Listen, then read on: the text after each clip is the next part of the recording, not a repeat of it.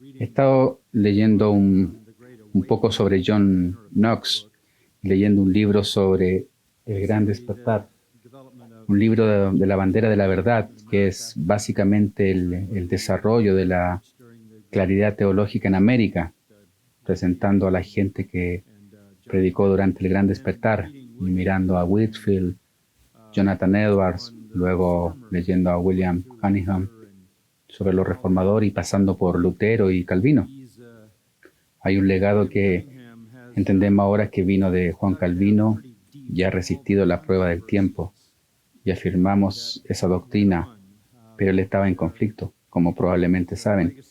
Cunningham hace un gran trabajo sacando todos los ataques que vinieron sobre Calvino de parte del arminianismo, como la palabra de Dios resistió esos ataques. Es maravilloso darse cuenta de cuánto esfuerzo se hizo para aclarar las cosas que hoy en día damos por sentado. Parece que en cada generación necesitamos volver y asegurarnos de que la gente piense profunda y teológicamente. Es ciertamente cierto en estos días. Esta mañana pensé, solo quiero compartir algo con ustedes, no tanto un mensaje, pero la gente sigue preguntándome cómo me acerco a la predicación. Algunos incluso me han preguntado, ¿qué haces para preparar un sermón? ¿Cómo te acercas a la palabra de Dios? ¿Por qué eres diferente a otros tantos predicadores que escuchamos? Hay un paradigma que he usado por muchos años y me gustaría compartir con ustedes hoy, y ha resistido este paradigma la prueba del tiempo. Si alguna vez existe la sensación de que estoy haciendo lo correcto o la sensación de que estoy interpretando las Escrituras fielmente y con precisión, o existe la noción de que estoy de pie con valentía para algo como la gente está notando hoy en día y me dice, todo se remonta a este paradigma. Todo se remonta a esta estructura en cuanto a cómo pienso acerca de la verdad. Esto ha sido un compañero para mí durante mucho tiempo. Tengo que empezar diciendo que hay una suposición en mi mente de que siempre habrá una incompatibilidad fundamental e irracionable entre la verdad de Dios y el mundo. Ese es el hecho que yo establecería como la tesis inicial de lo que quiero decir hoy. Hay siempre una gran incompatibilidad fundamental y irreconciliable entre la verdad de Dios y el mundo. Para decirlo con las palabras de Santiago, la amistad con el mundo es enemistad con Dios. O escucharlo de los labios de nuestro Señor Jesús, el mundo te odiará porque a mí me ha odiado. Esa alineación fundamental entre el mundo y la verdad nos define entonces las limitaciones de nuestra predicación. El evangélico popular, por otro lado, parece estar empeñado en acomodarse al mundo. Algunos piensan que el mayor temor de los actuales ministros es que ser rechazados por el mundo. No quieren ser ofensivos al mundo. La amistad con el mundo, como bien lo vimos, es enemistad con Dios. Todo lo que tienes que hacer es volver a Juan 8. Este podría ser un buen lugar para empezar. Solo para leer una porción que también es familiar en Juan 8, podemos empezar desde el versículo 44. Palabras muy familiares. Eres de tu padre el diablo. Bueno, en el versículo 43 dice, porque no entendéis lo que digo, es porque no podéis oír mis palabras. Así que aquí está la antipatía. La alineación es tan severa que cuando se dice la verdad, la gente del mundo que sea religiosa no puede oírla. Eres tú de tu padre, el diablo. Quieres hacer los deseos de tu padre. Él fue un asesino del principio y no se mantiene en la verdad porque no hay verdad en él. Siempre que habla una mentira, lo hace desde su propia naturaleza porque es un mentiroso y padre de la mentira. Pero porque digo la verdad, ¿no me creéis? ¿Quién de vosotros me condena por el pecado? Si digo la verdad, ¿por qué no me creéis? El que es de Dios oye las palabras de Dios, pero ustedes no la oyen porque no son de Dios. Ahí está la explicación de esta completa e irreconciliable incompatibilidad entre la verdad de Dios y el mundo. La fe que proclamamos es totalmente inaceptable para la persona no creyente. Lucas 6:26 dice, ay de vosotros cuando todos los hombres hablen bien de vosotros, porque así lo hicieron sus padres con los falsos profetas. porque hay una antipatía tan fija entre la verdad de Dios y el mundo. Bueno, la respuesta es porque nuestro Señor lo dijo en Juan 7:7. El mundo me odia porque doy testimonio de que obran en maldad. Esa confrontación del pecado es ofensivo para ellos. Luego Juan 3 dice, los hombres no solo están en la oscuridad, sino que va más allá. Ellos aman estar en la oscuridad, aman las tinieblas. Aún así, frente a todo esto, la Iglesia a través de la historia ha tratado continuamente de encontrar acceso a los gustos del mundo. Sin embargo, la única vez que la Iglesia hace algún progreso espiritual, algún impacto espiritual, es cuando el pueblo de Dios se mantiene firme en la verdad de Dios, proclamando la Escritura en un mundo hostil. El ministerio de moda que se esfuerza por encantar al mundo no es solo comprometedor, sino que garantiza la irrelevancia. El cristiano bíblico sobrevive porque es sobrenatural. Es sobrenatural. Empiezo con la realidad de que no puedo superar la resistencia del consumidor, el consumidor no regenerado. No tengo ninguna técnica en mis manos que pueda superar la resistencia del consumidor, de aquel que oye la palabra del Señor, que no ha sido regenerado. Entiendo que la verdad será ofensiva, irrelevante, incomprensible e irreconciliable con lo que domina el corazón del incrédulo. Por lo tanto, estoy únicamente a merced de Dios para lograr cualquier cosa con la verdad. Eso me pone a funcionar dentro de lo que yo llamo un paradigma bíblico. Le voy a dar 6 palabras que definen esto. La primera palabra es objetividad. Si estás hablando de lógica, puedes ir por todo el camino de regreso a Aristóteles, o puedes ir a cualquiera de los que aplicaron las pruebas básicas de Aristóteles por la razón. En mi pequeño esquema, la primera ley de la lógica es la realidad está fuera de mí. La verdad está fuera de mí. Eso es objetividad. Me acerco a la verdad como una realidad externa. No existe en mí o desde mí. La fuente de la verdad está completamente fuera de mí. Fue Lutero quien la llamó la palabra externa. Y fijo, es profundamente esencial y no en su forma más pura, espiritualmente hablando, accesiblemente a la mente humana. No solo es objetiva en el sentido de que está fuera de mí en cuanto a su fuente, también está fuera de mí en cuanto a su adquisición. A menos que algo dramático suceda para cambiarme, incluso cuando estoy transformado, y quiero dejar claro este punto, incluso cuando he sido regenerado por el Espíritu Santo, y Él ha tomado su residencia en mí, tengo la unción de Dios para entender la palabra de Dios. Incluso el Espíritu Santo hace su trabajo dentro de mí, la verdad sigue estando fuera de mí. La verdad no viene del hombre. Es el simple significado de el ojo que no ha visto, ni oído ha oído, ni ha entrado en el corazón del hombre las cosas de Dios que ha preparado para los que le aman. Ningún test empírico, ningún examen intuitivo o interno puede conocer la verdad. El cristianismo auténtico entiende que la verdad está fuera de él y se encuentra en un libro, y ese libro se llama la Biblia. Allí se encuentra la verdad divina absoluta que abarca el deseo de Dios a que los hombres y mujeres deben conocerle. Ninguna verdad es establecida por intuición de nadie. Ninguna verdad es establecida por la experiencia de nadie. Todo viene de Dios. Ningún humano es la fuente de verdad, ni aún un ángel. Según Gálatas 1, lo que alguien piensa que es verdad es irrelevante. Lo que alguien siente que es verdad es irrelevante. No hay una verdad individual, no hay una verdad personal, no hay una verdad privada. La Escritura es la verdad revelada por Dios y está fuera de nosotros. Es perspicuo, es decir, es claro. El significado es evidente en su cara porque es una revelación. No es un rompecabezas oculto. No es una verdad oculta.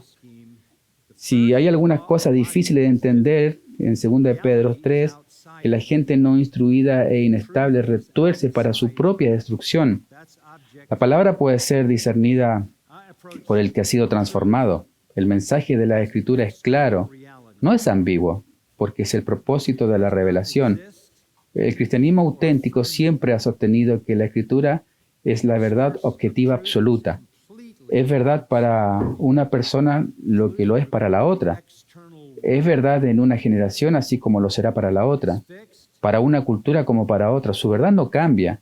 Es la misma verdad sin importar quién la lea.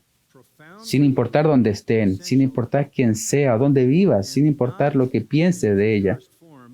No, el testimonio familiar, la herencia que te pueden traspasado tus padres, como toda la escritura, todo es dado por inspiración de Dios. No es por lo que yo aprendí.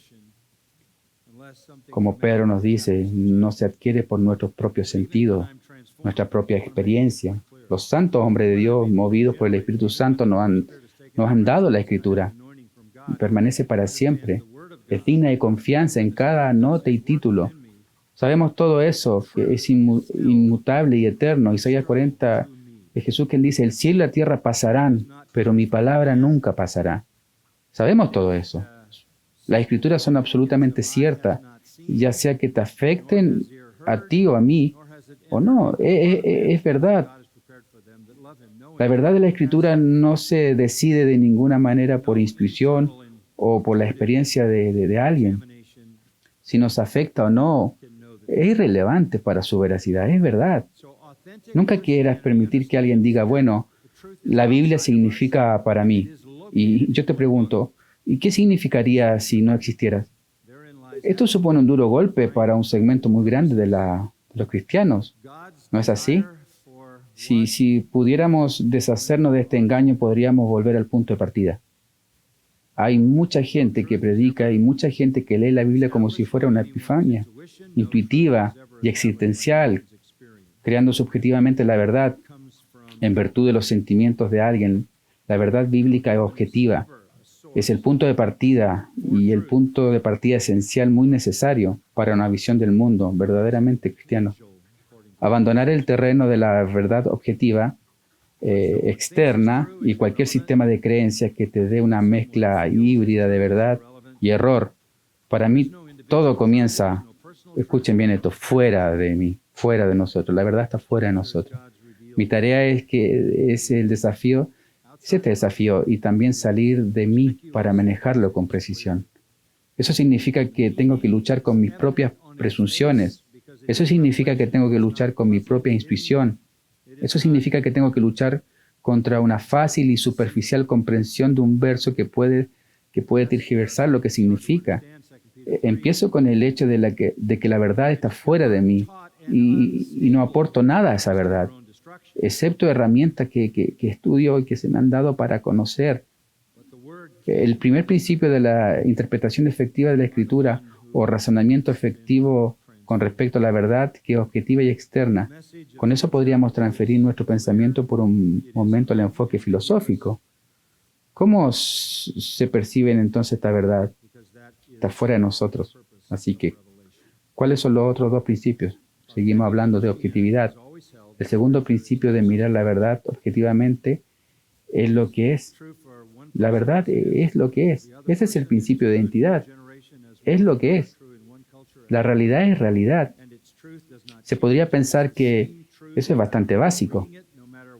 Ha sido completamente abandonada en nuestra sociedad, nuestra sociedad ha sido abandonada en un mundo postmoderno, un mundo que está derivado del postmodernismo pagano. Si quieres saber la verdad, entonces tienes que empezar con el hecho de que la verdad está fuera de ti. ¿Qué es lo que es? No es otra cosa, que es lo que es. Ese es el principio lógico de identidad. El tercer principio se conocería como la ley de la no contradicción o la ley de la contradicción. Eso simplemente dice, ¿es o no es? No hay nada en el medio. La ley de la no contradicción, la regla final de la exclusión. Todo lo que no es, no es. No quiero enredarme con cosas filosóficas, pero son líneas duras cuando se trata de la verdad.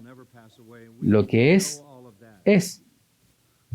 Lo que no es, no es. No hay algo en el medio, no hay un término medio. Todo es o no es.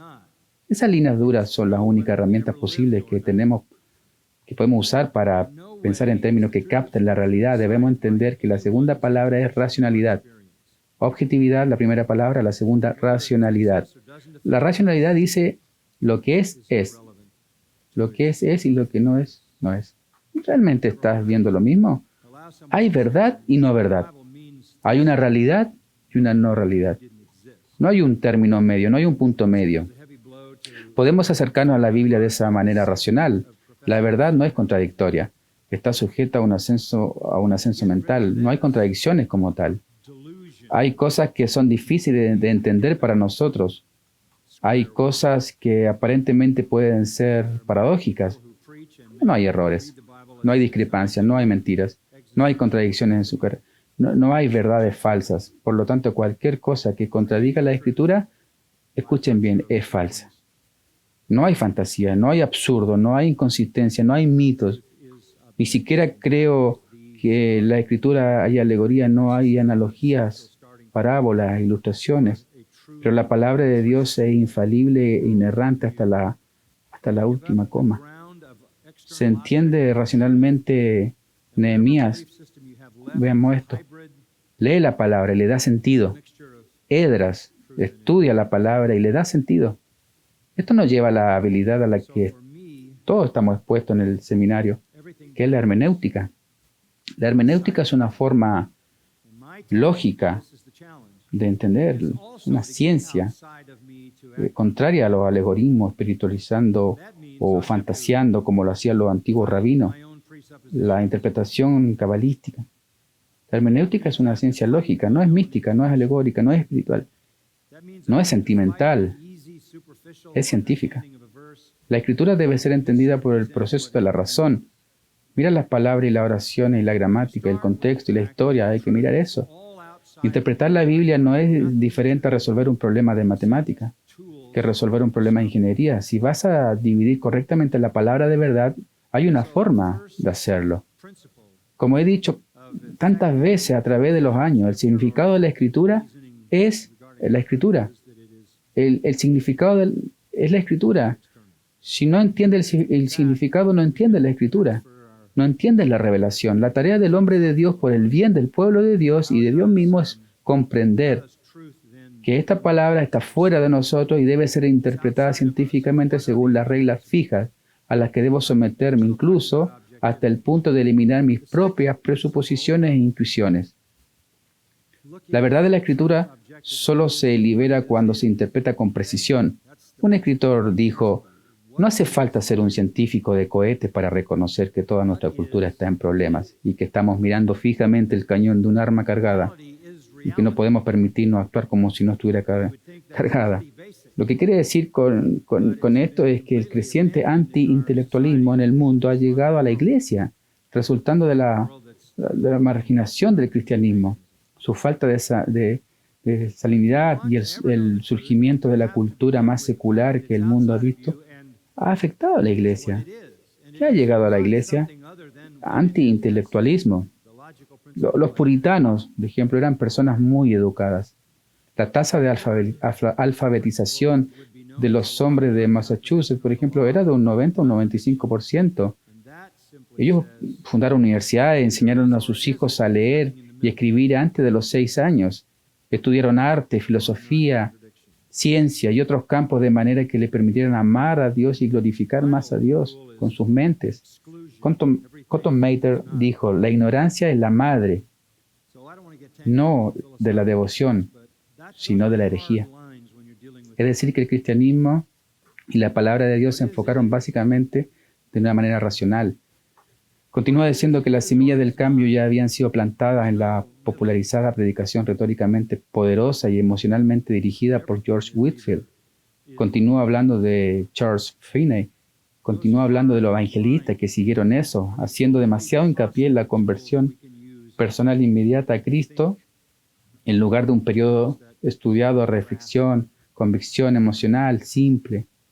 La predicación popular en lugar de sermones doctrinales, precisos e intelectuales cuidadosos, y los sentimientos personales y la relación con Cristo en lugar de una comprensión profunda de la naturaleza y de la enseñanza cristiana.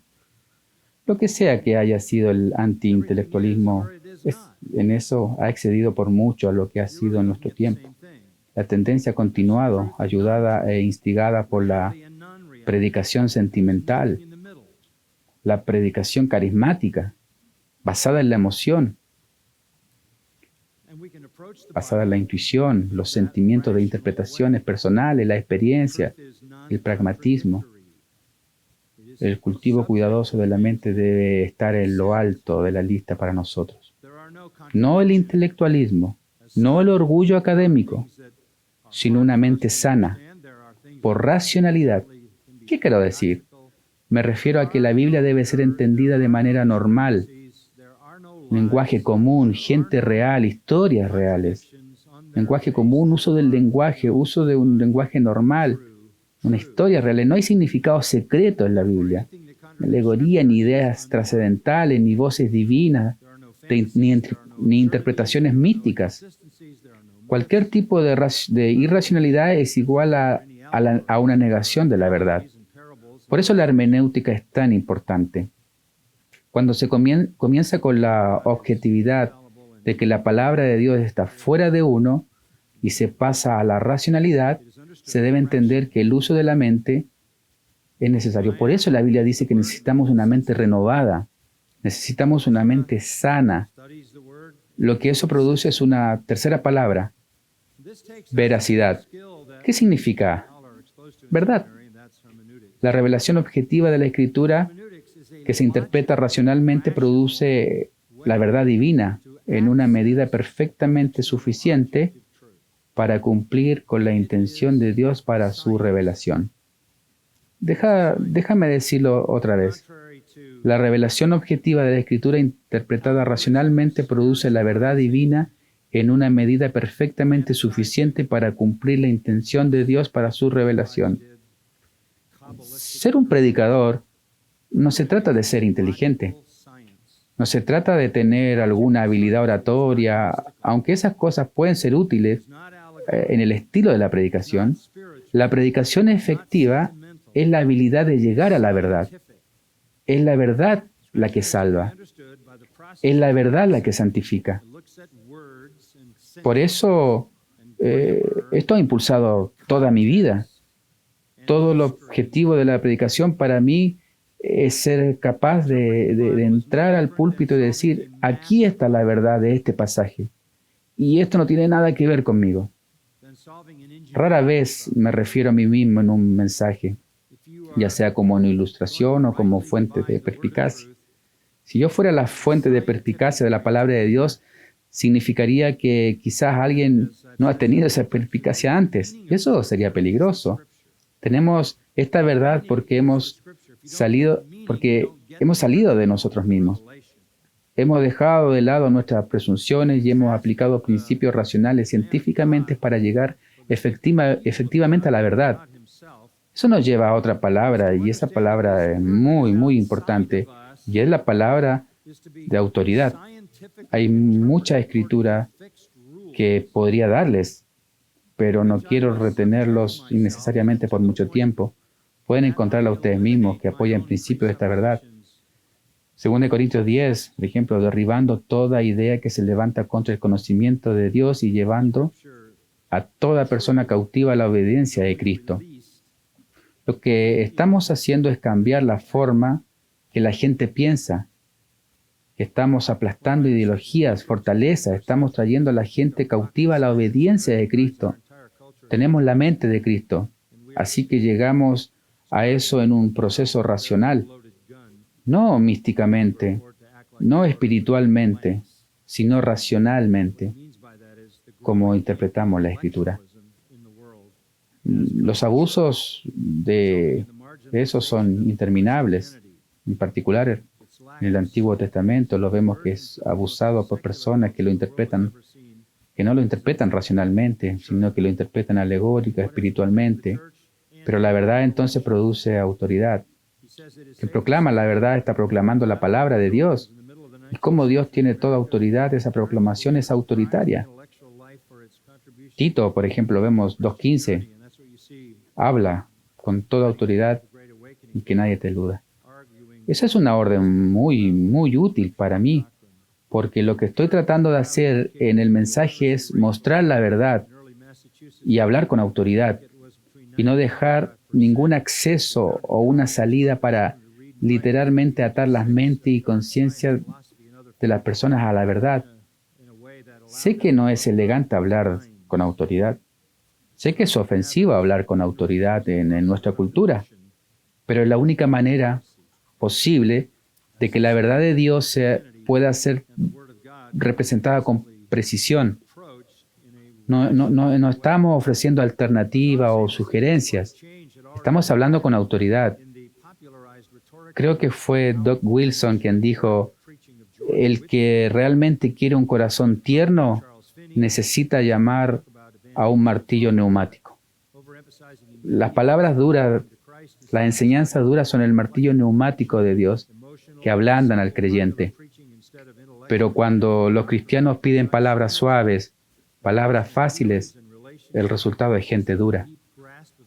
Ahora hablar con autoridad es el objetivo de la predicación.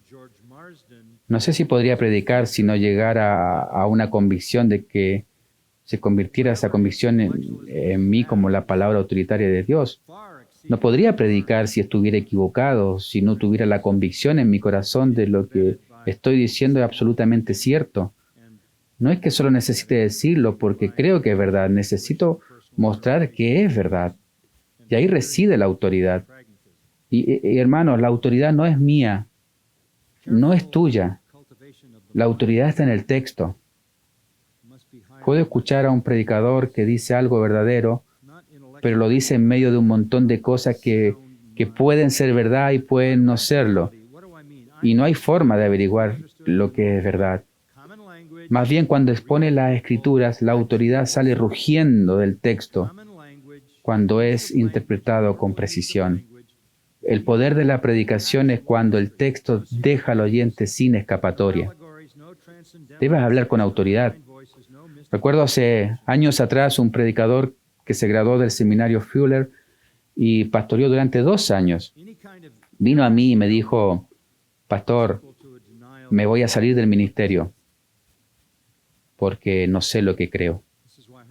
Y dejó el ministerio por el resto de su vida. Querido, si no puedes predicar con convicción, este no es el trabajo para ti. Y ciertamente no quieres ser tan narcisista como para pensar que debes predicar tus propias ideas con convicción, como muchos lamentablemente lo hacen. Tienes que tener la visión correcta de las Escrituras. Tienes que tener la hermenéutica correcta para producir la verdad. Y una vez que haya hecho el trabajo y sepa que es verdad, entonces puedes predicarla con convicción en el púlpito. Esa es la autoridad. Y hay una quinta palabra entonces, una que es muy necesaria, incompatibilidad. Aquí la soga está apretando el paradigma. El que se resiste a esto puede sentir que la soga le está quemando el cuello. Es una simple verdad. Y volvemos a las leyes de la no contradicción. Aquí está 1 de Juan 2:21. ¿Lo recuerdas? Ninguna mentira es de la verdad. Esa es una declaración bíblica de la ley de no contradicción. Lo que es. Y lo que es o no es. No hay un término medio. 1 de Juan, como vimos, 2:21, ninguna mentira de verdad. La verdad es intolerante y eso por ciento dispara todo tipo de alarmas culturales, particularmente si está tratando de complacer a la gente. Uno de los desafíos más importantes de predicar así, predicando un mensaje que es totalmente incompatible con lo que es contrario a nosotros, es no querer hacer enemigos todo el tiempo. Las incompatibilidades deben ser la realidad de la verdad. Por eso no significa que debas ser malo o estar enojado, sino que debes decir la verdad con amor. Hablas la verdad de la creación, incluso a un grupo de científicos que odian la idea de la creación. Puedes decir la verdad de la justicia a un grupo de pecadores que odian la virtud. Puedes decir la verdad de la humanidad a gente que ama el orgullo. La palabra es el martillo neumático que rompe el corazón endurecido. Esa es la palabra de verdad. Y lo que sea contrario a la Escritura, hermano, es una mentira. Nunca es más definitivo que 1 Corintios 16:22. Si alguien no ama al Señor Jesucristo, no tema que se condene. Esa es la incompatibilidad. Gálatas 1, 8 y 9. Si alguien predica otro evangelio, sea anatema. Segunda de Juan 9, 11. Si alguien predica a un Cristo que no sea el verdadero, que sea condenado.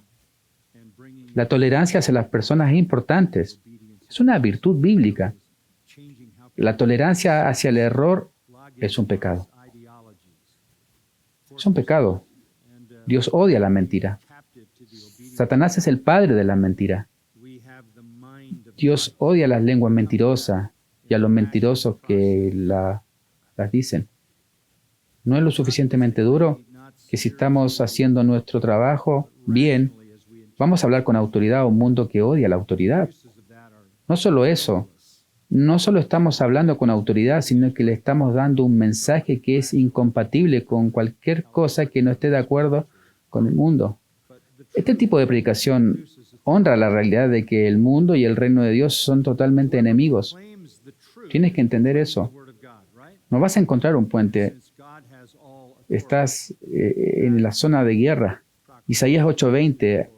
A la ley y al testimonio, si no habla conforme a esta palabra, y es porque no hay luz en ellos. La incompatibilidad está en las mismas palabras de Jesús. Yo soy el camino, la verdad y la vida. Nadie viene al Padre sino por mí.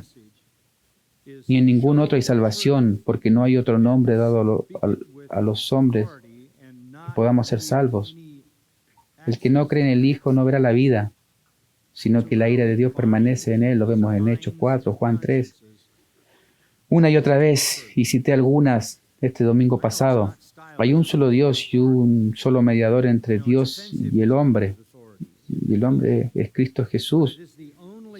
Y este es el testimonio de que Dios nos ha dado la vida eterna. Y esta vida está en el Hijo. Y quien tiene el Hijo tiene la vida. Quien no tiene a su Hijo no tiene la vida. 1 Juan 5. La predicación de la cruz es a los que perecen, ¿qué? Tonterías. Para los judíos un tropiezo, para los gentiles locura. Luego hay una última palabra que me ha sido tan útil en este paradigma, y es, acuérdense, objetividad, racionalidad, veracidad, autoridad, incompatibilidad, y la última palabra es integridad. Si esto es lo que usted predica, entonces es lo que usted es. ¿Qué? Yo predico lo que vivo. Así debe ser el predicador. Tito 1:16 identifica a algunos que profesan conocer a Dios, pero en las obras le niegan, siendo abominables, desobedientes, descalificados para toda buena obra. Si decimos que permanecemos en Cristo, debemos andar como Él anduvo. Esdras 7:10. Esdras había preparado su corazón para buscar la ley del Señor y para hacerla y enseñar sus estatutos y ordenanzas en Israel.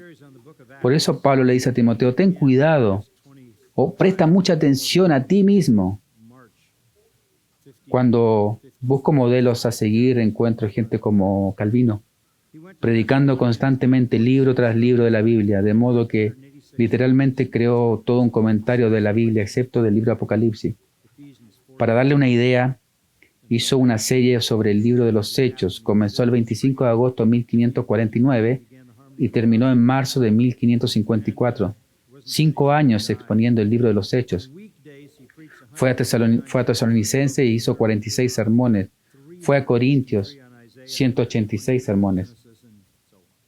Las epístolas pastorales, 86. Gálatas, 43. Efesios, 48, hasta mayo de 1558. Luego hay una brecha, cuando estaba enfermo. Y en primavera de 1559 comenzó la armonía de los evangelios y no había terminado cuando murió.